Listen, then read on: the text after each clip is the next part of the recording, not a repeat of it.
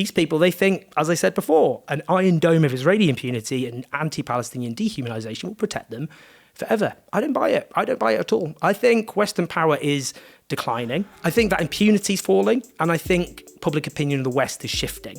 And it might take 2 years, it might take 5 years, it might take 20 years. But I think people's reputations and careers are going to be destroyed. I think people are going to go to prison. You're probably already familiar with our next guest, so I'm not going to spend loads of time introducing him. Owen Jones is a journalist and author, having written books like Chavs, The Establishment and This Land, and he's spent the last 21 months reporting on and commenting on Israel's genocidal war in Gaza. He joins me today to talk about the history of the West's support for Zionism, how media bias actually works, and how to deal with the weaponisation of antisemitism when it's done in defence of an ongoing genocide. I hope you enjoy the interview. Owen Jones, welcome to Downstream. Hiya, how you doing? I mean, this should feel like familiar territory for you by now. I know. I am a keen watcher, but I'm not sure I've... Paying supporter? Obviously. Okay, thank you. But I'm not sure I don't know. I don't think I can scale the greatness of so many of your esteemed guests. Well, look, it's nice that you're a friend of the organisation, because it means that it feels like we can talk about things that are developing, things that are developing in your own politics, things that you've changed your mind on. And it's a nice way of, I think, demonstrating that you can develop your politics and it not being like a big deal or like frightening. So I wanted to start by asking you, if you had to guess, how many times do you think you've been asked whether or not you condemn Hamas? Well, it depends, because obviously a lot of on my Twitter feed, I would imagine if I spent more of my life wasting the precious time that I have on Earth looking through my Twitter mentions, I would imagine that probably happens several times an hour in some shape or form. Obviously, to be honest, because of, I suppose, the position I've taken on the genocide and my reporting on it, I get asked on TV a lot less. So as a result, I'm not interrogated about it so much. I used to go on various TV shows a lot more, and actually, early on get that framing, and it was very clearly made obvious to me that was not what I was supposed to be talking about as they saw it. What's behind the question when someone's going, first of all, do you condemn Hamas? Why is that the first thing that someone is asked when they're taking a position which is critical of the state of Israel, which is critical of the genocide? Well, and bear in mind, they did that to Palestinians who went on air after considerable numbers of their relatives had been exterminated by Israeli airstrikes. Those people got asked to condemn Hamas. Famously, Kirsty Walker did this to the Palestinian ambassador after he discussed his relatives being slaughtered and said, "Oh, well, I'm very sorry about that, but do you condemn Hamas?" That was the way it was segued. I think it really just goes to show, doesn't it, about how violence is, how it's portrayed as legitimate and not legitimate.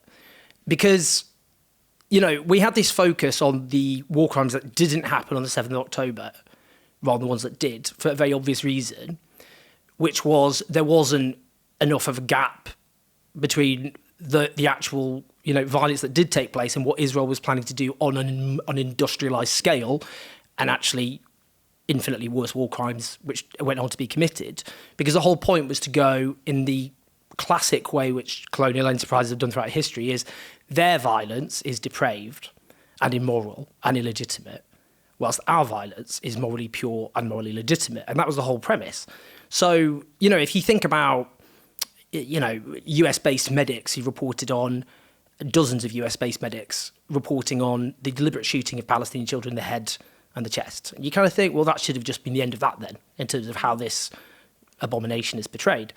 But if that had happened with Israeli children, it would be presented as proof of the utter extreme depravity of Hamas. If, for example, take another example, Plus 972 magazine, Israeli-Palestinian magazine, and they looked at how low-level Hamas operatives, supposedly, of no military value, that if the Israeli military waited for them to go back to their private homes, on the basis it's easy to target them, where their whole families are there, and then blew them up with an acceptable collateral damage level of 20. If Hamas blew up an IDF soldier having waited for them to go back to their private home where their families were and killed 20 people, including 10 children, once, that would be seen as an example of, and that would be on the front page of newspapers, that would be on the leading bulletins, Western leaders, President of the United States, British Prime Minister, all the rest would come out and say, this is evidence on how extreme depraved they are. So, I mean, the whole point was, from the beginning, was that this violence is so extreme and depraved that you must, at the very outset, condemn. Otherwise, you're not even. It's not even a legitimate position to talk about anything else. I mean, it sets up, I think, that hugely uneven ground that the conversation has to start on, which is first you've got to condemn Hamas as being beyond depraved, because if you understand them as a symptom and a direct result of Israeli violence, the occupation, ongoing ethnic cleansing and land grabs, then that's obviously incredibly troubling to Israeli narratives. And if you do that, then, well, obviously you're a terrorist sympathiser and you're anti-Semitic. On the 10th of October 2023, I went on Sky News. It was invited to go on, Sophie Ridge's show, which is a topical news show, before 7th of October. It was pre-booked for then. I was told on the day I was on with Margaret Hodge, the right-wing former Labour MP. And what I did do is I talked about, the history of the occupation of Palestine, apartheid, and I talked about how at that very moment there was, Palestinian children were being butchered and exterminated, and I shouted down as a Hamas apologist. Any attempt at that point and onwards to describe the dynamics of the situation and the obvious consequences of those dynamics was seen as putting you in the position of being an apologist for depravity. And let's just be clear about how it was framed at the time. People were saying it was worse than the Nazis. We repeatedly got into a position where people are whitewashing Nazi crimes. Oh, the Nazis didn't enjoy what they did. They drank themselves into a stupor because they were unlike this. It's just so unhinged. And all the way through, because Diana Boutou, the Palestinian Canadian lawyer, put it very well, was the effect of nothing can justify 7th of October. Everything can be justified by the 7th of October. That, if you talk about even if you just spoke in that period about crimes committed against the Palestinian people. So I, at the time, mentioned about how 240 Palestinians have been killed in the West Bank that year, including 40 children. That was seen as excusing the atrocities committed. But it's a dishonest form of argumentation, right? Because it says, well, anytime you introduce the context of ongoing violence against Palestinians, if you introduce the context of the Nakba, if you introduce the context of the blockade on Gaza, which has existed for decades now, if you introduce the context of what's happened to the West Bank after the Oslo Accords, then it's then you're justifying 7th of October. And the thing that I always think to myself is like, well, I didn't say that, you said that. Yeah. I didn't say that, you said that. So hang on, if you say, well, the minute you learn about any of the aspects of the Israeli repressive regime, it then justifies an armed response. Yeah. That's your argument. Well, exactly. That's, I think it's really interesting because what the narrative which has prevailed, the titanium reinforced narrative that's prevailed at elite level in the West is Israel is waging a war of self-defense, and let's have a discussion about whether that response is proportionate or not and where we can agree to disagree. And that narrative has survived the most depraved violence that it is possible for humans to commit. More Palestinians, far more Palestinians now, it's 1,800, I believe, who've been murdered, unarmed, starving civilians who've been deliberately starved, as Israel said they would do from the very beginning, as they try to get aid. And 1,800, I believe, around 800 Israeli civilians were killed on 7th October, thereabouts. So that's 1,000 more unarmed, starved civilians as they try and get aid. And that is just one atrocity. And all the way, it literally does not matter what Israel has done. It doesn't matter that the stated intent and almost no crime in history has been so confessed to as it actually happened. I mean, they were so explicit from the very beginning. I mean, for me, it was very clear what was going to happen from the very beginning. On the 9th of October 2023, when Yoav Gallant said that we're fighting human animals and we're posing a terrorist. There are no uninvolved civilians. And that was the Israeli President Isaac Herzog. When on that first one, I tweeted on the 9th of October, this is genocidal language. And with Isaac Herzog, I said, this is the language that leads to genocide. It was so screamingly obvious. It could not have been more obvious. And you kind of felt like you're going mad at the time because it's like the crime is confessed to as it happened. And, we saw that racist erasure of Palestinian life from day one because you remember how you got this whole discourse about how people were protesting before even the land invasion of Gaza had happened. Within 3 days, around as many Palestinians had been exterminated violently as the number of Israelis killed on 7th October. So it was just that there was just no pretense from the very beginning that Palestinian life literally had no real meaningful value. What the position of the British political and media class was, if I can sum it up perhaps crudely, is Israel can get a little bit of war crime permission as a treat. That's what the position was. So Keir Starmer saying, I believe that Israel has that right when being asked about food, fuel and water being cut off. Emily Thornberry, more than once, going out and backing that as the government line. She now says, I only meant it as a temporary measure. In hindsight, she just it's just gaslighting. I mean, it's complete. It's just gaslighting. It's very clear in context what she was saying. She said, Israel, when she was asked, is it illegal to impose... it was just an overarching question to impose a siege on food and other essentials of life. And she said Israel has an absolute right to defend itself. In response, she said that's the appropriate answer right now. She said those words. In terms of this thing about now saying, it's meant that as a temporary measure, and this has now gone too far, is that you're either lying or stupid. Because either you're lying because you're now having to shift position because of what's obvious to most people, that what's being carried out is a war of extermination. Or you're that stupid that you thought that, maybe 3 days of no power would, really bring Hamas to their knees or, stop them from being able to, squirrel away the hostages underground or something. So either you're a liar or an idiot. I mean, that's Pick the thing, one. That it's really interesting to think about it because the whole reason they I think subconsciously knew they could get away with this is throughout this whole genocide, the whole thing is possible because reality is turned on its head. Those statements of intent by Israeli leaders and officials aren't really happening. They're happening in another universe, so we're not even going to report them. Loads of those statements weren't reported at all. If they were buried, and their meaning wasn't explained. We could see Gaza being wiped from the face of the earth. Within 2 months, it was a different colour and texture when looked at from space. The worst, most extreme firepower was used in the first month. The whole thing is about turning reality on its head, where you commit crimes so extreme and so frequent, in the way that if you lie enough and just keep lying, then you can get away with lying. Like if you lie once or twice, you can then you'll be called a liar. But if you just shamelessly just keep lying, and it's the same with war crimes. Like a Roy Cohn kind of tactic, which is never back down, never apologise, never admit that you lied, just go even further, and even more aggressive. And they can in this context.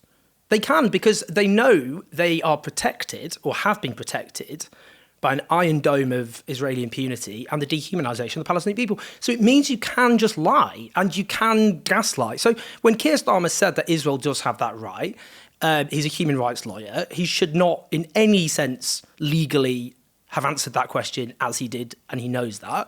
Article 33 of the Geneva Convention, we could go on. But then he can just shamelessly gaslight because the media aren't going to scrutinise him about it, because the media accept, essentially, which was, the whole thing was, you're absolutely right, which was, when Israel's, but what do you expect? I mean, look what's happened. And that's why we had that constant focus on made-up atrocities like the beheaded babies, which never, because there's been infinitely more outrage over the non-existent fictional beheading of Israeli babies than there has about the mass extermination of thousands of children who are Palestinian by the Israeli state, facilitated by the West.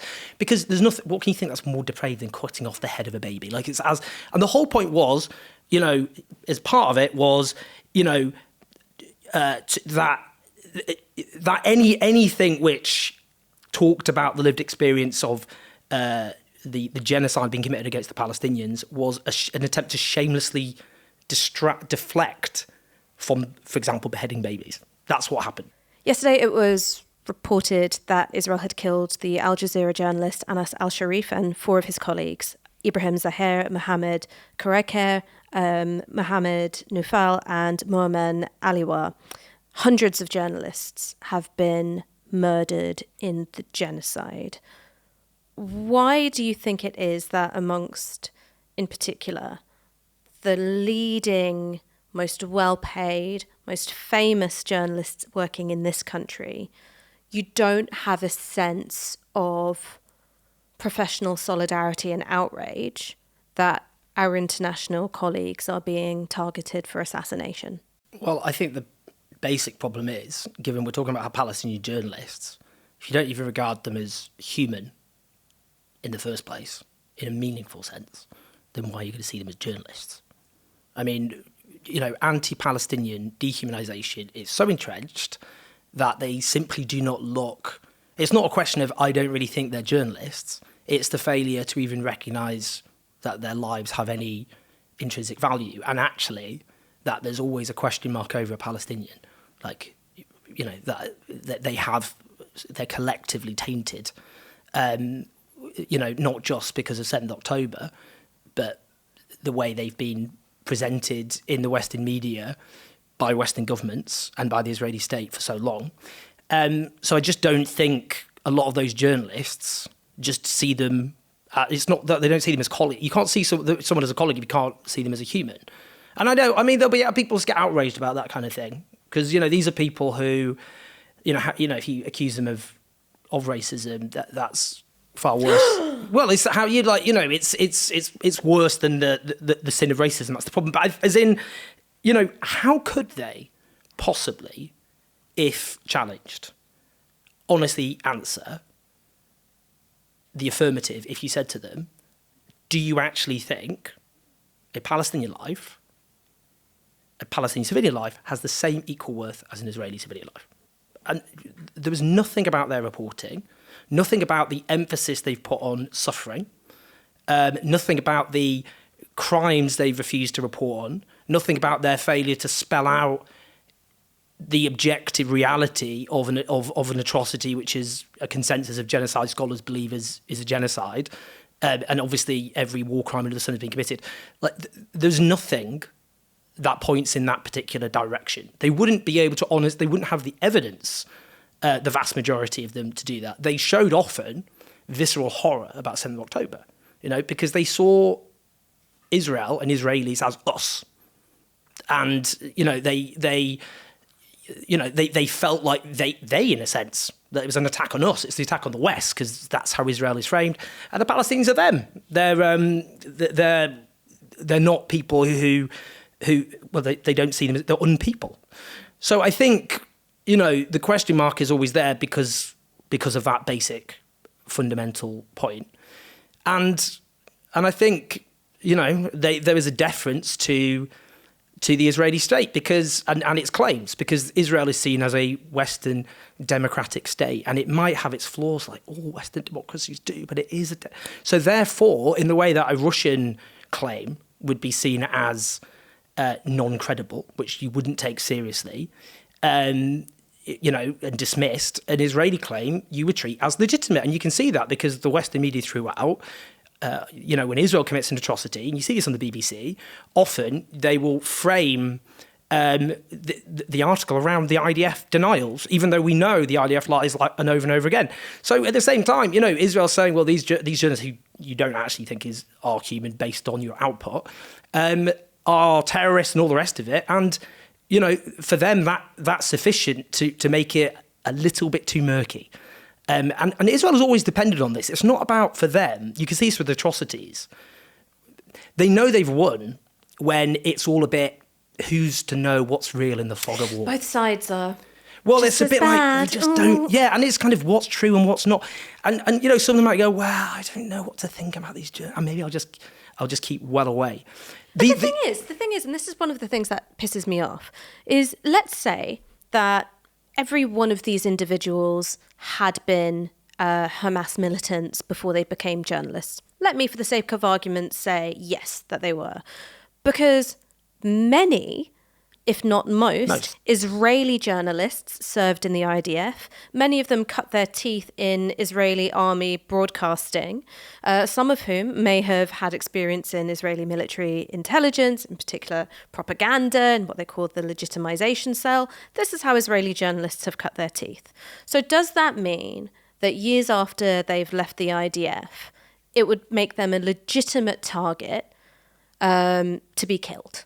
Would it? Because if your answer is yes, then fine. What we've got is an equal standard. But I fucking bet you not one UK journalist would say, yes, that makes them a legitimate target. I mean, let's be clear, that is the logic. The vast majority of Israeli journalists, not least senior journalists, have served in the IDF and also posted obscene racist things on social media and gone on air and said obscene racist genocidal things. I don't think, I obviously do not think that makes them legitimate military targets. From the Israeli perspective, if you have, because Hamas is just used as an all-encompassing term. It's used for civil servants, it's used for work in public administration, it's used for the security officers who are needed to guard the aid, which obviously Israel has stopped from getting into Gaza. And when it gets in, then it's systematically looted in large part because they've wiped out the security forces everything. You just use Hamas as an all-encompassing term.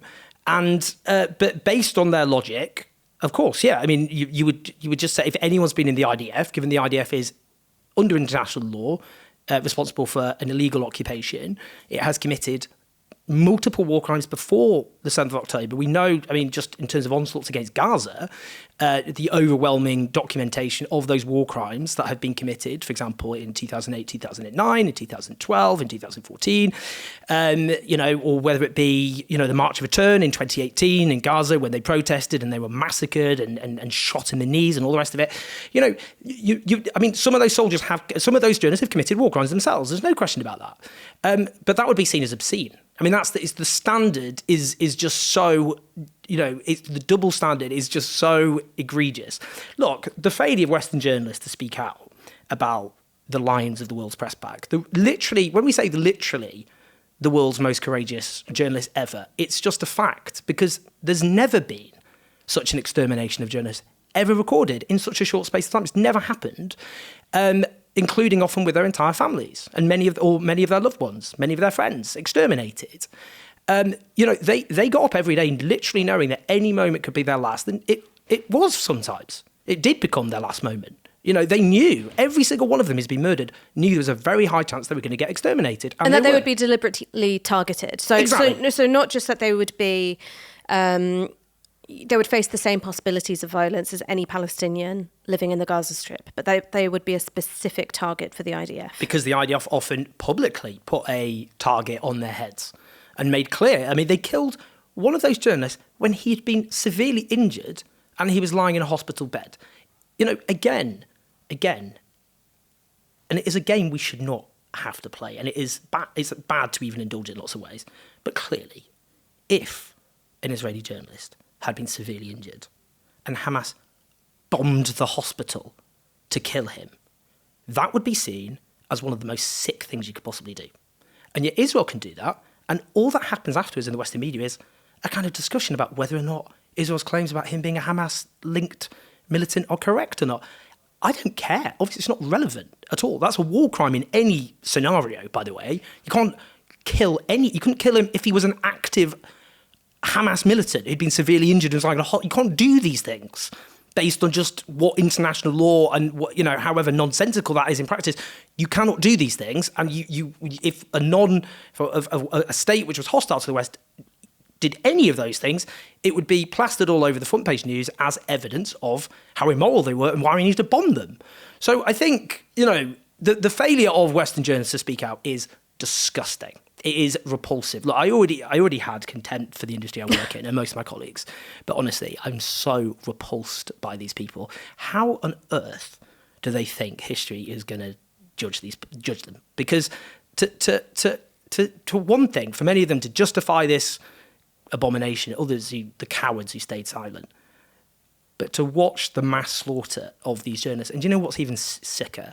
A lot of these journalists see themselves as really courageous because they write an article punching down at some minority, the minority du jour, whether it be Muslims or trans people or whatever, and they think they're courageous because they get critiqued and quote tweeted by some often teenage leftists on Twitter, and they think, wow, people like that's really you get like a quote tweet dunk on Twitter, and suddenly you think that you're Bernstein and Woodward. And your colleagues are like, oh my, I see this pile on, oh my god, just because you're speaking truth to power by repeating the same prejudices that most of the media and most politicians express, which have huge support within society, and you're being, the hoi polloi have dared to critique you on social media. That's courage.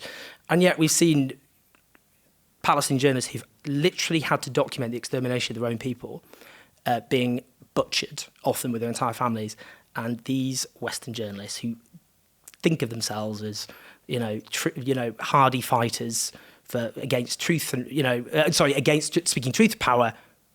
Nothing. It's disgusting. It's disgusting. Let me ask you about some of the reporting that you've done, because your piece for Dropsite News peeled back the curtain on BBC bias in covering the genocide. What did you learn about how the editorial process works? So let's say, for instance, Israel has bombed a refugee camp in Gaza. So this thing happens. What then is the editorial process it goes through at the BBC, which means that we get something which is in the passive voice or equivocates or foregrounds October 7th or, uses emotive terms for Israeli deaths and, neutral terms for Palestinian ones? So often people have to fight to get a story covered at all. That's the first issue. The next is the struggle that then happens to retain the fundamentals of the original piece and not have them walked out of all recognition. And is it, you'll have journalists who are in the region, if not in Gaza themselves, and then you've got, a London-based editorial office. How is this happening? Well, you get the correspondents who appear on the news who then write pieces which then go online. And I think we have to distinguish between them and a lot of the journalists who are based here, and who often, I have to say, just done a better job. And it's interesting. One of the points someone's made to me is what happened is a lot of those journalists, obviously, they went out or were there already, and they're in Israel. Obviously, I know Gaza, Israel has banned journalists from getting in, which the BBC and others have failed. I know they've spoken out occasionally, but they failed to make the biggest possible shitstorm over and actually defied. I mean, they could have done that. But what happened is, firstly, that frames everything around the narrative in Israel. Latest press conference, development involving hostages. It allowed, you could see that in the broadcasting, that helped feed into the emphasis on, for months afterwards, no matter how great the death toll or the number of people slaughtered by Israel in Gaza, it was always back to 7th October. Here's another story about a family who've suffered, the killing of a loved one or one of them being taken as hostage. Obviously not, I mean, they do have access to the West Bank, so they could have talked a lot more, for example, about people who should be regarded as Palestinian hostages and their families who were grieving, but they didn't in the main. But then you get people who write here, and that's about what's happening in Gaza often. That's about these atrocities that are committed. And then you get, the problem is what, you get this emphasis on what gets driven in is things like the IDF's statement of denial, which is often ends up being the first 3 paragraphs that it's based around. One of the issues for a long time has been over pictures and headlines. The vast majority of people only read the headline. Sorry to say this to fellow journalists, but that's true. It's the vast majority. What about the really beautifully constructed paragraph 7 that I wrote? So it just shows, it really frames the narrative about a story. And then it's about the pictures. And one of the problems has been at the BBC, and this is a really just fundamental point, is if you get, there's been so many occasions where you get killings of Palestinians, where I remember one, this was 4th of October, and this was a teenage girl in the West Bank who'd been killed by the Israeli army. And the picture was this really odd, nondescript picture, I think, of a couple of relatives from a distance at the scene of where she'd been killed. It didn't have any picture of her at all. But, I mean, if you look at the Palestinian, the kind of the news agency based in the West Bank, they just released her picture. They could have they didn't use a picture. But that didn't happen, obviously, with Israeli civilians or soldiers who'd been killed. You get their pictures and all the rest of it. They're humanised. That's a fundamental issue, for example. And then you get this battle with, it's called EDPOL, editorial policy, to kind of basically fillet it often and supposedly get it in line with BBC due impartiality and all the rest of it.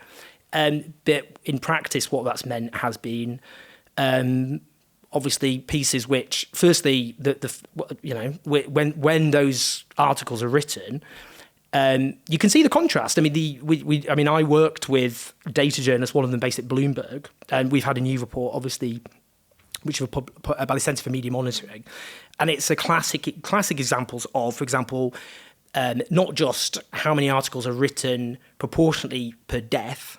So there's a lot more. 33 times per fatality for Israelis. Exactly. And even though Palestinians have been killed 34 times more. Sorry to put that clunkily. And that's based on official figures, which were a massive underestimate of the number of Palestinians who have actually been killed. But you get, it's like humanising language. So like grandmother, mother, relatives, that make people human. The term massacre, which was used with abundance on the 7th of October, not ever. It doesn't matter if 200 people have just been wiped out by an Israeli airstrike. You don't get massacre used.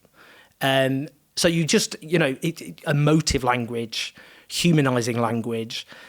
I mean, these are all, and a lot of those journalists went along with it. I should say, it's interesting because obviously I spoke to 13 BBC whistleblowers, and there's a lot more than that because in terms of who are dissenting, because we know that because they've signed letters anonymously, well over 100 BBC journalists. And actually, I know at least 2 BBC journalists who didn't even know about the letter, who would have signed it. So, there's massive discontent. The problem with all of these is it's at editorial level, and the more senior you get, the more the problem gets. It's a structural issue. And so you do get people people have that kind of struggle of, should I stay and fight, or am I just, am I just basically helping to the BBC in that occasionally this piece will come out and then the BBC can go, we've done this. And that's the issue. What's so interesting, the other point is, by the way, and this is a really important point, is the BBC, less so than other mainstream media outlets, I would note, by the way, who've done a terrible job, like New York Times, Washington Post, CNN, have done rebuttals of Israeli claims. Occasionally, that has happened. And the BBC did a piece which was based, I think it was the BBC Verified team, on, I think it was the Flower Massacre, and that was last February the 29th, 2024, where Israel massacred a load of people seeking aid, and then lied about it. And they actually went through the version of events and all the rest of it. The issue with those rebuttals is there's far too few of them. They're not given due prominence. They often happen too long after the event when attention is moved elsewhere, and they're orphaned. They're divorced from the wider coverage. It's like Groundhog Day, because New York Times did this about the targeting of so-called safe zones with £2,000 bombs. The Washington Post did a piece about Al Shifa Hospital being attacked in November 2023. CNN International also did a big piece about the Flower Massacre in detail. That came out 2 months after the Flower Massacre. But it's like Groundhog Day, because that's not that. It's not like the wider coverage doesn't absorb that. And the BBC have done that as well. So you'll get good examples of coverage, but it's divorced. It doesn't the narrative, which remains consistent. Israel is waging a war self-defense. Let's debate whether it's proportionate. Remains. But why always. is it? Is it simply because everyone who works at the BBC has in some way absorbed the racist dehumanisation of Palestinians? Or is it because they're really scared of getting yelled at by the Campaign for Antisemitism?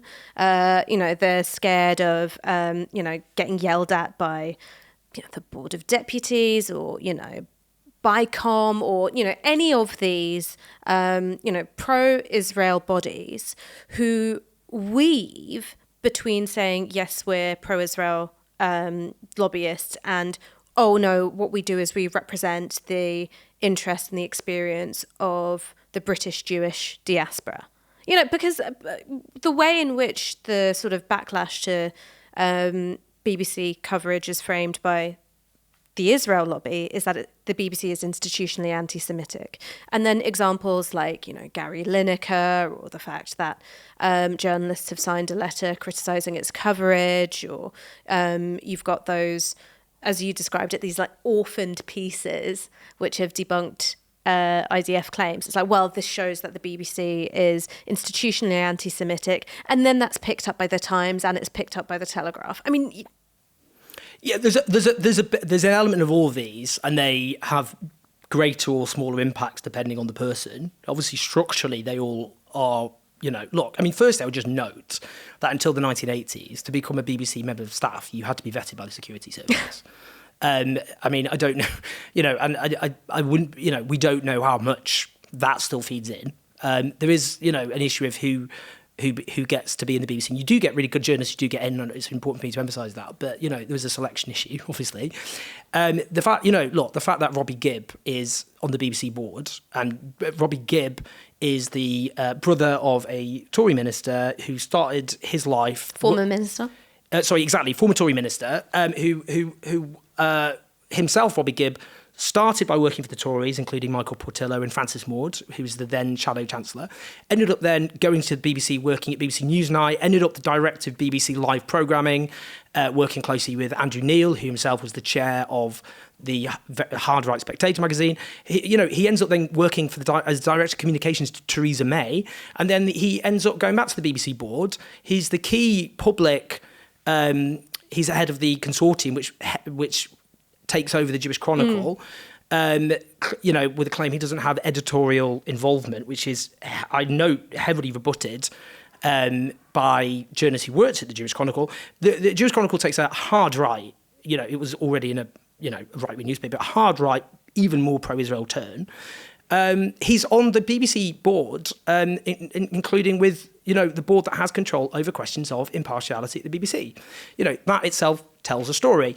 So the question is, there's lots of things that happen. There are, and this happened with BBC Arabic journalists having, being denounced and splashed all over the Daily Mail and leaked against and briefed about. That's happened.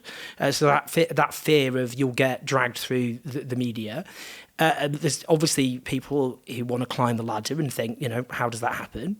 There are people who just, frankly, a lot of it's just ignorance. They just don't know about the issue. A lot of them just do not know about the history of the issue at all. They don't. And that's an issue. There is, a lot of people absorbed the sense of Palestinians not being real humans. One of them put it to me, they said the kind of prevailing mantra after the 10th of October was that Israel was Ukraine and Palestine was Russia. And that's how people saw the dynamics. And, a sense of Israel as a Western democracy, and therefore we treat them as credible and as honest and as legitimate in a way that we wouldn't, obviously, with, because the point that was made to me is, and this has been made repeatedly, is the United Nations are treated as the pro-Palestine body rather than the neutral body. It's the United Nations. They're not there to represent, a particular party. The UN is Hamas. Well, I mean, that's what happens. But they're treated as a biased, not credible organisation that you don't defer to.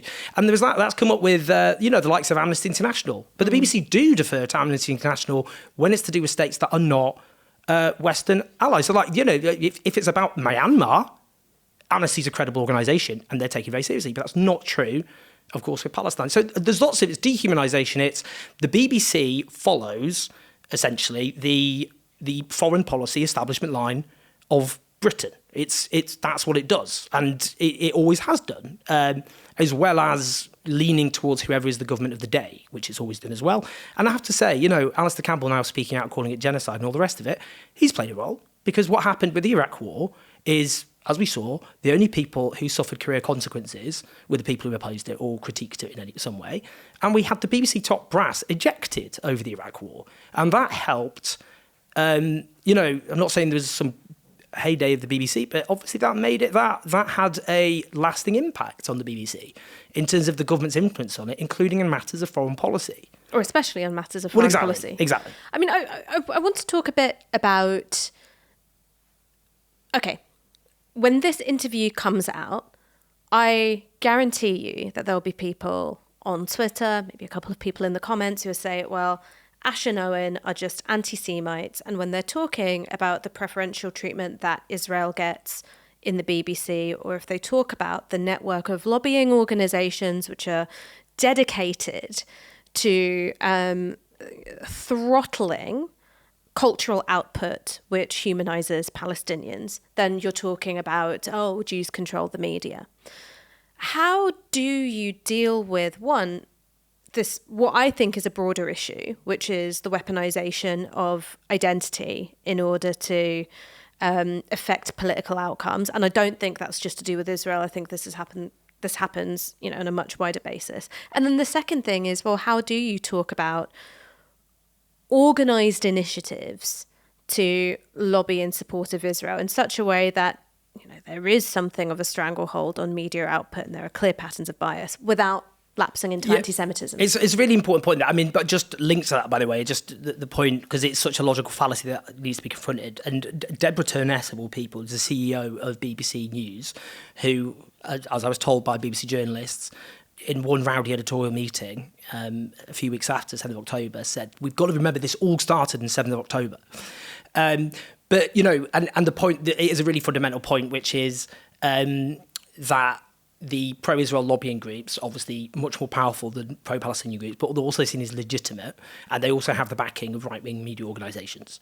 And it's true, absolutely unquestionably true. Yeah. When UK Lawyers for Israel says that recognising the state of Palestine would be rewarding terrorists and, you know, it's an insult to the hostages, that's just reported as leading lawyers. No, exactly. And we see that as well from Camera, which is a really hardcore pro-Israel group. And, you know, we know from Ben DePere, who's the former head of Channel 4 News, in discussions, because he was producer of the documentary about the attack, the systematic destruction of Gaza's healthcare system, that people were speaking in those editorial meetings about what does Camera think? What does Camera think about this? What does David Collier think? Exactly. And also, by the way, it's true that the Board of Jewish Deputies is treated as a legitimate organisation when, for example, the Muslim Council of Britain is absolutely not. That's seen as a kind of questionable organisation. They're seen as Islamists. Exactly. That's exactly how they're portrayed. And I think, I mean, the point I would make is just a really fundamental point, which is it's not, you know, what this is about, because you get this, don't you? The accusation of anti-Semitism is we're holding Israel to an exceptional standard, partly. That kind of feeds into it. When actually it's the opposite. It's that Israel is seen as the West, because it's the West. It's not them, it's us doing this. That's the point, you know, that's not true about, you know, when they play this game of whataboutery about the X, Y, or Z. This is, as Israel often portrays itself, and Netanyahu specifically after 7th of October, this is the West. It's armed and facilitated by the West, but it is also Israel, the West. I mean, but that's also part of the history of the State of Israel, which is part of why you've got the Balfour Declaration and what the West saw as its interests in, you know, handing over Palestinian land to Jewish settlers was that it could be a little Ulster. Joe Biden said this very well in the 1980s. I mean, I object to what he said, but he said it very honestly. He said in a speech as a senator in the mid-1980s, I think it was 86, he said, if Israel didn't exist, we'd have to invent it. He said it's the best, however many billion-dollar investment we've ever made. And he was speaking about, not in some sort of romanticised liberal Zionist perspective about... Oh, they made the desert bloom. Exactly, or, you know, Jewish emancipation or anything like that. He wasn't talking about that terms. He was talking about the strategic interests of the United States. And I think that's the point. This isn't about, you know, it's not about disproportionate Jewish power. It's about the West seeing Israel as a absolutely core strategic ally and integral to the West and the Western alliance. That's what this is actually all about. And, you know, what they have done, and this is quite striking since the genocide begun, is deliberately try and trash any demarcation between Israel and the Jewish people. And it's really interesting with the IRA definition, which is, you know, rightly being objected to on the basis it stifles critique of Israel's crimes and Israel's occupation, all the rest of it. it explicitly says that you shouldn't equate Jewish people with the state of Israel. And yet pro-Israel people since then, they've done it all the time. I mean, look, caveat, don't equate Jewish people with the state of Israel unless it's in the benefit of the state of Israel. Well, exactly, but that's exactly it. That's exactly what's happened. And, and we can see this with the Board of Jewish Deputies. It's absolutely critical that Jewish people in Britain have a representative organisation that represents their interests and speaks up for them. That's obviously a truism. And the Board of Jewish Deputies keeps issuing statements about BBC reporting on Israel, for example, in an effort to suggest that it's somehow an attack on Jewish Brits, which is, for example, when Jeremy Bowen, the BBC correspondent, did a piece which explored the case about war crimes, which is so ludicrous because Israel committing war crimes is as obviously true as us orbiting around the sun and the moon, it's just the moon existing. It's just, but they, this was like an outrage.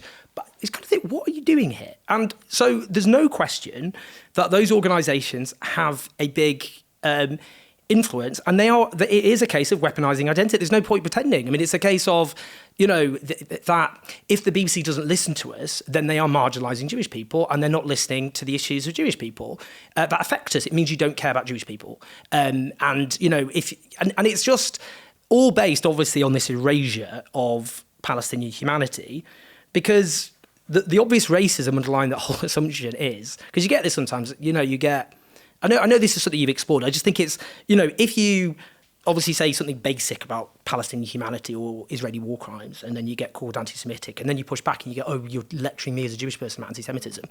And, people are entitled, doesn't mean they're actually correct. Just because I'm gay, it doesn't mean I can just call people homophobic and that's the end of the discussion. But you are entitled to describe your own lived experience. But you can't annex another ethnic group. You can't go, because by definition, what you're saying there is, if you are standing up for Palestinian rights and then you accuse of anti-Semitism, and you go, well, you can't lecture. But if a Palestinian who's actually oppressed and occupied, says, well, this is actually anti-Palestinian erasure, they wouldn't listen to that. They would just dismiss it. They'd call them anti-Semitic. But I'd go one further. I don't actually think people are always right about their lived experience. No, I agree. And I'll tell you why, is that one of the principles of cognitive behavioural therapy is that your feelings aren't always telling you the truth. So you might have a really elevated reaction to something, become hugely anxious or angry or feel triggered by something. And part of the purpose of cognitive behavioural therapy is to be like, but is that true? Yeah. Right? Is this thing really as big of a threat or as big of a problem as you feel it to be? And that's part of cultivating a healthy psychology, is going, your feelings, it's not that they're not valid, it's that they're not always a pointer towards the truth. This is a really important point. And one of the issues with identity politics, and like I said, this is much bigger than the weaponization of anti-Semitism, because I think that this is a playbook that, quite frankly, as parts of the left invented, is that we instead said, whatever discomfort you feel, it's legitimate, it's valid, and it should be acted upon, because if it's not, you're being marginalized by it. And we, I think, made a sort of sacred altar of discomfort, and that was particularly playing out in campus spaces, in bits of the movement where there were lots of people like me, overly educated, downwardly mobile. And that's exactly what I see playing out when it's not just at the Francis Crick Institute, where you've had complaints about bake sales for Gaza. Now the EU's anti-Semitism advisor specifically said, bake sales in support of Palestine make Jewish people uncomfortable. That's a part of the climate of anti-Semitism. It's a really important point, which I've thought about a lot, in a way that it was, before most difficult to speak out for the reasons you talk about. It was a Jewish guy dated a while ago, and he comes from a very Zionist family, and his position on Palestine would be the same as mine now. But he said when he went to university and he first encountered pro-Palestinian people, he got a fight or flight response. He felt physical symptoms. His heart was beating, and all the rest of it. And this is interesting because Israelism, the film, interrogates this. Because it's interesting because I think sometimes people who stand in solidarity with the Palestinian people just think it's all manufactured and they're just using this cynically and lying about it. And that definitely happens. But there are also people who, they actually, when they're saying you're anti-Semitic, they actually do think you're anti-Semitic. And that's, you can see this in Israelism when Simone Zimmerman, who's gone on a huge journey, she's an incredible activist, and, she had footage of her crying at university when faced with pro-Palestinian protests. I interviewed last year this really fascinating academic at Columbia University who herself is Jewish about this particular point. And I said, how do we navigate this? Because you get, some Jewish students who, when they say this, they're not... They're sincere. Yeah, it's exactly... It doesn't mean they're right, but they're sincere. No. And she said we've got to distinguish between extreme discomfort and actual harm. And actually what is happening... But how can we do that when on the left we haven't done that ourselves in so many ways? I mean, I've seen it, just to take Israel out of the equation for a second, I've seen it when Roger Hallam, the Extinction Rebellion co-founder, was using the C word, and some people objected to it so strongly, not just in terms of its vulgarity, which I think is fine, but saying it made them feel unsafe, and it was white anger, and, as people of colour, it was making them feel unwelcome. The C word wasn't colour, by the way, it was the other one. And no one felt that they had permission to say, I'm very sorry you feel that way, but it's not reasonable. And that can't be how we set our political priorities. No one feels they've got the permission to say, very sorry you feel that way, but it's by the by. It's not the focus. But isn't, I totally, and I think you would definitely obviously explore that in so much beautiful detail in your book. Which is true. But I think the difficulty then, where there is a difference, is there is actually a problem on the left about it being often dominated by white men who can be insensitive and, not understand their own privilege. I mean, look, I see this often, just an example, if I see a man with feminist in their Twitter bio, I'm like, uh-oh, red flag time. Whereas I'm like, call me. I know. But you get this as well. For example, you get this, like I say, in my own lane, gay men, often gay men can be pretty racist and misogynistic and all the rest of it, and disableist, awful toxic behaviour to each other, femphobic, that kind of stuff. And they think to themselves, essentially, that because they have suffered oppression and bigotry, then they can't do it to other people.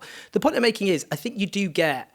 The problem is, on the left, you do actually have problems where people... because if you look often at a lot of meetings in London organised by the left, often they're not... You don't look at them and think, given the diversity of London, and they don't look like London. Sometimes that's just true. And I just think that's the difference, because you get then... I get it, and it's not for me to... and maybe I'm just now doing what you kind of suggested people do. Id-pol-squeamishness. Yeah, that's what it is. It's the id-pol-squeamishness. I get it. But, I guess the difference here is... there is, I suppose, an equivalent in that you do get people who latch on to Palestinian liberation who are either opportunistic because they're anti-Semites and they don't like Jewish people, and they do exist. So I suppose that is the equivalent, isn't it? And you do get others who are ill-educated and fall into anti-Semitic traits. So that does exist as well. And then there's a failure to interrogate that because anti-Semitism is used falsely to demonise people. So then it becomes a case of anyone who says anything about anti-Semitism is just using it to shut down, it's not, the word isn't believed anymore, which just shows how irresponsible it is for Israel. Well, exactly. So I completely agree with you on the irresponsibility, but I do think that some of the things that I see, for instance, David Baddiel saying, and I think that his book, Jews Don't Count, is one of the biggest embarrassments to the British publishing industry since Catherine Birbal Singh's novels. I really do think. I think it's great that people could just write books about their Twitter feed. I mean, it was. I think it was poorly argued, poorly researched, and poorly written, and those three sins together, unforgivable. Yeah, I didn't read it for my own peace. I did, and it, I can see the scars of it. Trust me, it didn't improve my life in any way, shape, or form. Yeah. But one of the things that he says is, well, every other group gets to define their oppression, and he's not. I don't think he's right in that, but it's something which would get mobilised, especially by people on Twitter, which is, well, I'm this group, I get to define my oppression, which is, I think. One, it's interesting how it mimics kind of quangos and the NGOification of politics, which is, well, we write down the definition and this group gets to do it, which isn't really the history of anti-racism. But two, it makes no room for contestation, for debate, or for reason. And I think that we came up with a shit playbook, which then got wielded against us. I mean, the purpose of Jews Don't Count as a book and how it was then mobilized and how it was used was to say the left is anti-Semitic, the left has a problem, drum these people out of public life. And similarly now when you're seeing it play out on American campuses of students saying, well, I feel uncomfortable, I get to define my oppression, this makes me feel unsafe. I mean, we came up with it. I get it, and, yeah. And I think we have to reject that whole idea. I get it, but I think just such an easy, obvious way to push back at that phenomenon, because I accept what you're saying of just because someone automatically says that they have a particular lived experience as a group which suffers oppression, that automatically you just defer to that and treat it as reality. I get that. But in the question of when anti-Semitism is falsely weaponized, which is just what happens, it is intrinsically racist in the way that's done because it's based on the erasure of the Palestinian experience. It's if you are saying that support for national self-determination of the Palestinian people, if you then portray that as anti-Semitic, that is racist, obviously, because what you're saying there is Palestinians are annexed under the category anti-Semitism. I mean, Israel annexes their land, and then anti-Semitism is used to annex the Palestinian lived experience. So that if someone opposes war crimes committed by the Israeli state, and someone denounces it, and then someone goes, well, you're being anti-Semitic. Well, we don't have to actually get stuck in a discussion about, well, actually, just because you feel something doesn't mean it's real.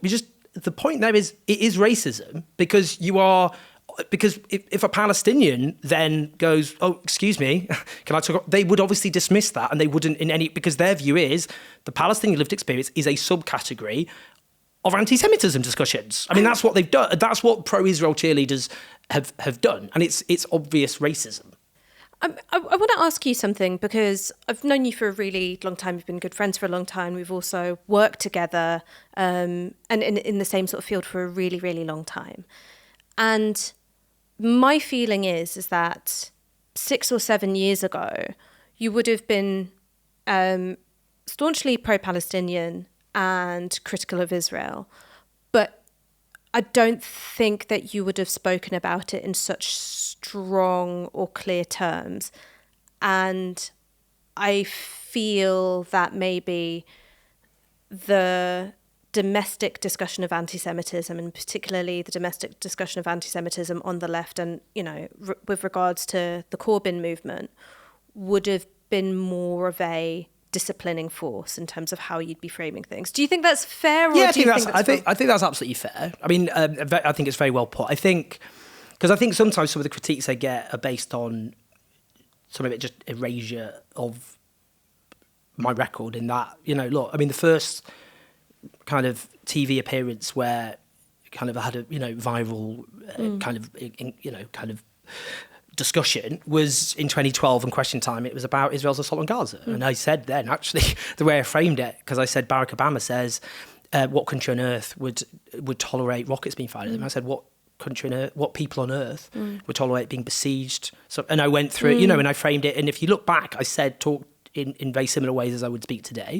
And on that, when I was asked about what next, I said you either have a one-state solution where everyone's equal, or you get two states. So I mean, I guess and then because I also found it frustrating during the Corbyn era, the reason I get frustrated about that critique. So I'm doing the defensive bit before then I do the reason I got frustrated, because obviously all that time, and I wrote articles for The Guardian before, about, for example, in 2014, when I said Israel's assault on Gaza was like Mike Tyson punching a 2-year-old girl in a boxing ring, which, was all over the Jerusalem Post and all the rest of it. But, is this kind of like, well, sometimes I get that you were part of the anti-Semitism smear campaign. The reason I find it so aggravating is, I did the framework I used at the time is called, I said walking and chewing gum at the same time, which is to say that it's a smear to say that Jeremy Corbyn and the Labour leadership were anti-Semites. I said they're lifelong anti-racists, that and I wrote this in a Medium post at the time, setting out my position, that anti-Semitism exists on a fringe of the left.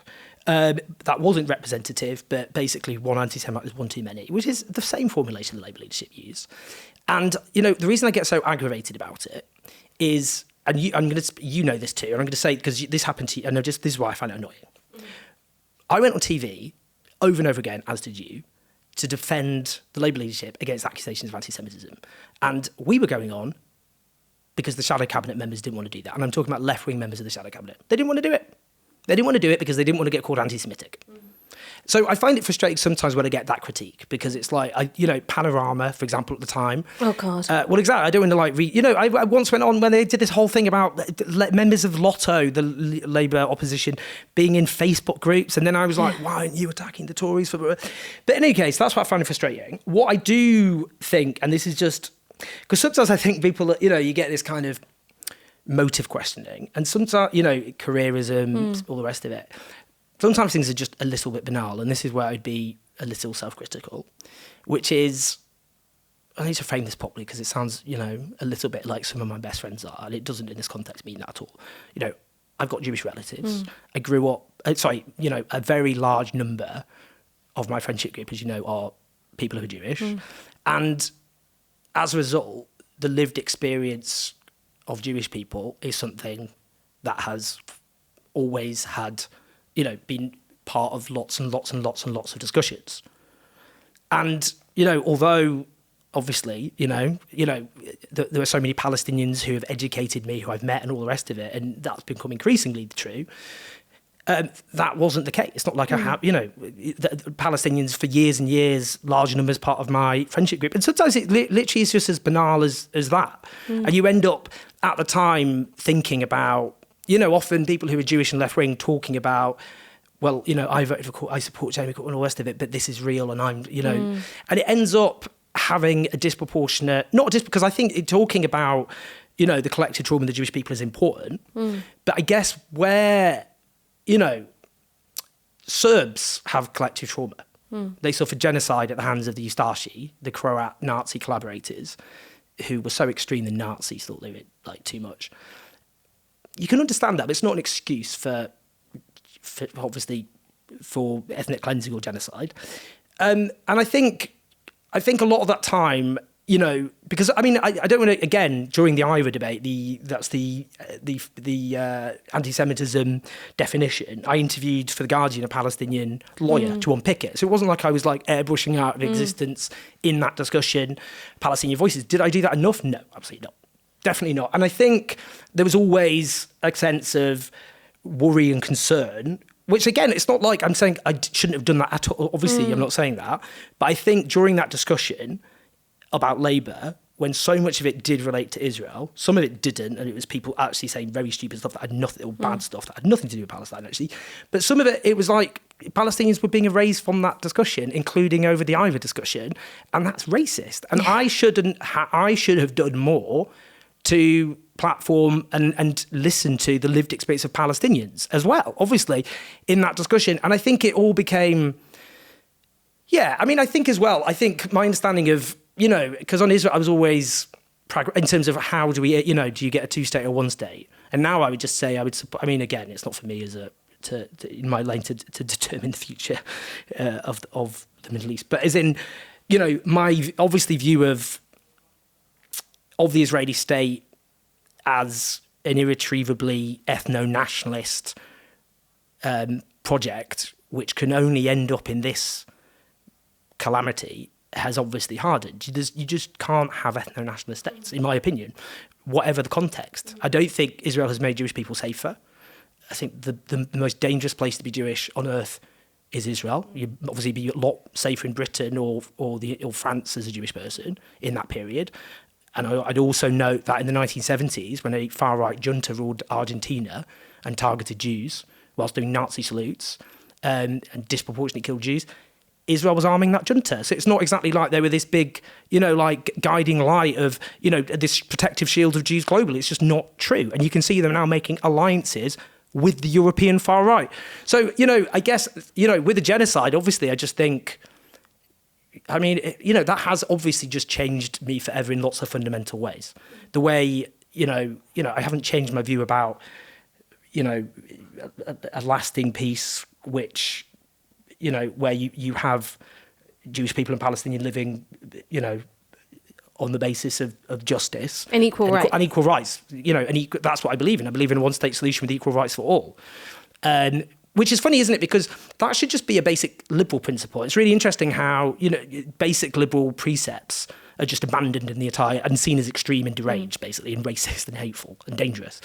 And, if you want a good liberal or a good social democrat, you need a socialist, because liberals don't stand up for liberal values and social democrats don't stand up for things which are social democratic. But I think that has fundamentally changed. And my view, because I think it's definitely true that, definitely in the mid-2010s when I kind of had a kind of crisis of confidence in a lot of my views and all the rest of it, and got saved by Theresa May calling an election. Saved by Theresa May. And my socialism was saved by Theresa May. But I think this is just, in terms of the legitimacy of our elites, because both political and media, a red line has been crossed. You really cannot get away with facilitating genocide. I'm sorry, you just can't. You can't be complicit in a genocide and just continue as though, you have a legitimate right to either rule or to report on the world's events. It's crazy. This whole thing, and people should do this because I think sometimes, it's important to take a step back. Yes, the context in terms of the dynamics and the history,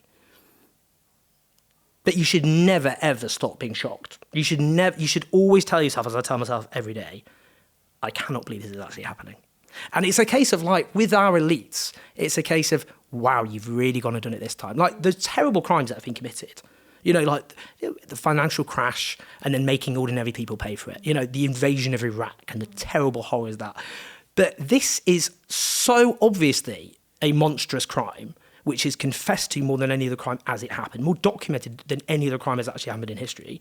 And people have just, in power, have willingly gone along with it. So the things that have definitely shifted for me is definitely just my view about, look, because I think my view before was, it's ethno-nationalism, but we have to contextualise it given the collective trauma that Jewish people have suffered. And again, I would never erase that. And it's important to always engage with that, not least to make Jewish people in the diaspora feel safe, because that's what Zionism feeds off, this sense of not being safe and the trauma that's understandably brought to the surface. But it's also just, we can't allow these people to remain in their positions of power and influence because... By which you mean people who back the genocide? Exactly. It's the people in the media, and I do believe there's going to be a reckoning. I'm absolutely convinced about this. And people go, I worry about the fatalistic, there's no justice in this world, and they think that these people, they think, as I said before, an iron dome of Israeli impunity and anti-Palestinian dehumanization will protect them forever. I don't buy it. I don't buy it at all. I think Western power is declining. I write literally a book called The Fall of the West, so I would. But I think that impunity is falling, and I think public opinion in the West is shifting. And it might take 2 years, it might take 5 years, it might take 20 years. But I think people's reputations and careers are going to be destroyed. I think people are going to go to prison. I maybe feel less optimistic. I have an image in my head of in 100 years' time, you're going to start seeing land acknowledgements in Israel the way you get in Australia, where it's like, before we start this meeting, I want to say we're on stolen land. And I think that, it's going to become part of the elite cultural sphere of being like, oh, we acknowledge that Palestinians used to be here. And then you're going to get people getting preferential college admission or whatever because they can say, oh, I'm 1/32nd Palestinian. I don't say this in any way to impugn the Palestinian cause, the Palestinian fight for justice, or Palestinian resistance in the many forms that takes. I'm saying that if America can exist, on the basis of a genocide, I get it. I totally get what you're saying. I completely understand what you're saying. And this week I interviewed a really brilliant Palestinian American analyst called Owen who made that point. He was saying kind of the hope, that's Israel's hope, basically, that's their strategy. Basically do lots of extreme stuff now when you think you've got this window of support, and make it a fait accompli, like what the indigenous people of the Americas and Australia suffered. you're absolutely right, that's their strategy. The reason I don't buy it's going to happen is because you often get this sometimes, the Israeli defence of this is the whole kind of you're holding us to a higher standard. And they sometimes fall back on that. They go, well, oh yeah, because what about the indigenous people in America? You know, yeah, not in 1947 though. I think this is the point that's really important. Because if a slave state had been set up in 1947 based on industrialised slavery by a state claiming to be a Western advanced nation, you wouldn't be able to fall back up, well, America did it. You'd be like, wrong era, actually. Not that it was ever acceptable. I'm just saying that you know... It's out of time. Yeah, because that's what this is. It's an exception, actually. Because settler colonialism, obviously, at that time, after World War II, was the mood was going very heavily against it. And in this case, this is the one exception. And I think that's the issue. I think for a while what sustained it is the European history of anti-Semitism, which culminated within living memory with the extermination of 2/3 of Europe's Jewish population in a very short period of time, and a sense of the West basically as reparations gives Israel an opt-out. That you can do the things that we have done for a long time, and we still do our colonial dominance and imperialism, but we have to do it in other forms now, because that's gone out of fashion, that one, and we have to do, you know, other means now. We have, you know, the US experimented with colonialism in the Philippines and stuff, but then, you know, it was kind of like, this is the new imperialism, we're not doing that anymore, and we can't get away with it anyway if we wanted to. And I think that's the issue. And I also would know as well, I mean, look, you know, the allies of colonialism, genocidal colonialism in the Americas included smallpox, and that wiped out so many of the indigenous population in a way that made it very sustainable to just take over the land. I mean, it was the vast majority of them were killed off by disease. I mean, they're exterminating people with the sort of industrialized systematic violence. Obviously a lot of indigenous people killed violently, but they didn't have the technology to do it in this way, and they didn't do it in this way. They didn't do it in that. This is really concentrated violence. It's quite, I mean, because when people say, you know, this isn't really a genocide, and what happens then is they rely on people's ignorance of the history of genocide, where people only rely on the Holocaust and the particular shape that took, which is actually an outline in lots of ways in terms of how it happened, industrialised in a very short period of time, based on hunting down anyone who was Jewish, regardless of borders. When actually genocides often took generations, often. It went on and on and on and on and on. And we're talking here about a very concentrated and industrialised slaughter and deliberate attempt. I mean, there's almost no precedent for an entire, you know, this strip of land the size of East London just wiped on the face of the earth.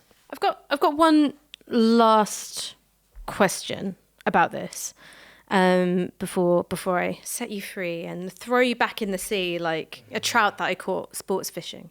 I don't know if trout live in the sea. I'm so sorry. So sorry to any expert anglers out there. And my last question is this, is that do you see any signs of the media culture changing? Pressure from below, from younger journalists in the newsroom, from sources of media and information outside of legacy outlets? I mean, do you see any hint of a culture shift? I mean, I would say, look, I work at The Guardian, and I would say that my own view is Guardian reporting has shifted because of journalists at The Guardian pushing for that to happen, often disproportionately people of colour. And that it is, by the way, a mark of shame across the media that often, in every media organisation, it's often for those who don't know, often you get people of colour groups in representing journalists of colour at each media organisation. They've often been the places where this is discussed and coverage is discussed. And it shouldn't just be up to people of colour who work in media to do that. It's not, you know, that's the emotional labour, just, you know, someone who, you know... Also, genocide is a human issue. Yeah, exactly. I mean, it's completely ridiculous, but that's what's happened, unfortunately, for obvious reasons, just because there's more a sense of, you know, people who suffer structural racism can spot it. Well, it doesn't necessarily, you know, just because you've been oppressed doesn't mean you know, but obviously that is more likely to happen, and that's just a fact because we can see it. But I think I'm shocked but not surprised by how, after 21 months of daily genocidal depravity, when you have Palestinian children being deliberately shot by snipers in the head and the chest, by Gaza being just wiped from the face of the earth, homes, churches, mosques, libraries, schools, hospitals, agriculture, food production, livestock, where you have deliberate starvation, which is loudly declared. The Israelis stay over and over again making their genocidal intent abundantly clear in the most extreme and unhinged language imaginable. Industrialized torture, rape, Palestinians raped to death, including people being raped on camera by Israeli soldiers, mass detention and kidnapping, with more Palestinian children being detained than the total number of Israeli hostages. We could go on, the obscene crimes, how the narrative of the Western media has just stubbornly refused to just reflect the actual reality of the situation, which is, when a consensus of genocide and Holocaust scholars, including Israeli genocide and Holocaust scholars, say this is genocide and have done for a very long time, from every, organisations from Amnesty to Médecins Sans Frontières, even now countries like, Spain, Ireland, Slovenia, that the overwhelming Western media narrative has remained static, which is Israel was defending itself from a uniquely heinous crime, and we can have a discussion about whether it's proportionate or not, where we can agree to disagree. Not one war crime, not one atrocity has been allowed to factually stick to Israel in this entire horror. If you went on BBC and just said about one war crime and said it as such, you would immediately get pushed back as though that wasn't legitimate. Well, of course, the Israelis, blah, blah, blah, blah. Exactly, which, is absurd. It's like, what, during the Rwandan genocide, you get, well, they would, the Tutsi extremists, would, the Hutu extremists would say they haven't. I mean, it's just so ludicrous and insane. It's insane. And it becomes, with us, because we have such low expectations, we sometimes do not properly articulate how insane that actually is. So my own view is, I just think a lot of the Western media have permanently discredited themselves. They are, what does it take? Like, I genuinely think if you go back after 21 months ago and said this was still going with just the same level of genocidal depravity as it was in, December 2023, and the Western media hadn't shifted its narrative, you might not be surprised in some ways, but you'd be like, that is so crazy. So I just think, actually, we can see the declining faith in media. We can see how particularly younger people have gone elsewhere, and we can see that in terms of how people get their news. And that is, I think, a looming crisis. I think a lot of Western media outlets have crossed the Rubicon. I think a lot of younger people have seen too much, heard too much, read too much elsewhere, and they see the gap is so extreme between what they know to be true and how the Western media frames and reports it. I don't think they'll change a lot of them. And I think maybe in the future, but I think by then their readership and audiences will have plummeted even more, and people are getting their news elsewhere. A bit problematic, partly that, because at the moment we can't, Novara doing brilliant stuff, we are doing our best, but we haven't built up that proper infrastructure to absorb that. That's the problem. But I don't think a lot of them they're never going to shift on this. And I think that will be their downfall, a lot of them. Owen Jones, thank you so much for joining us. It's a pleasure. Thanks, Sash.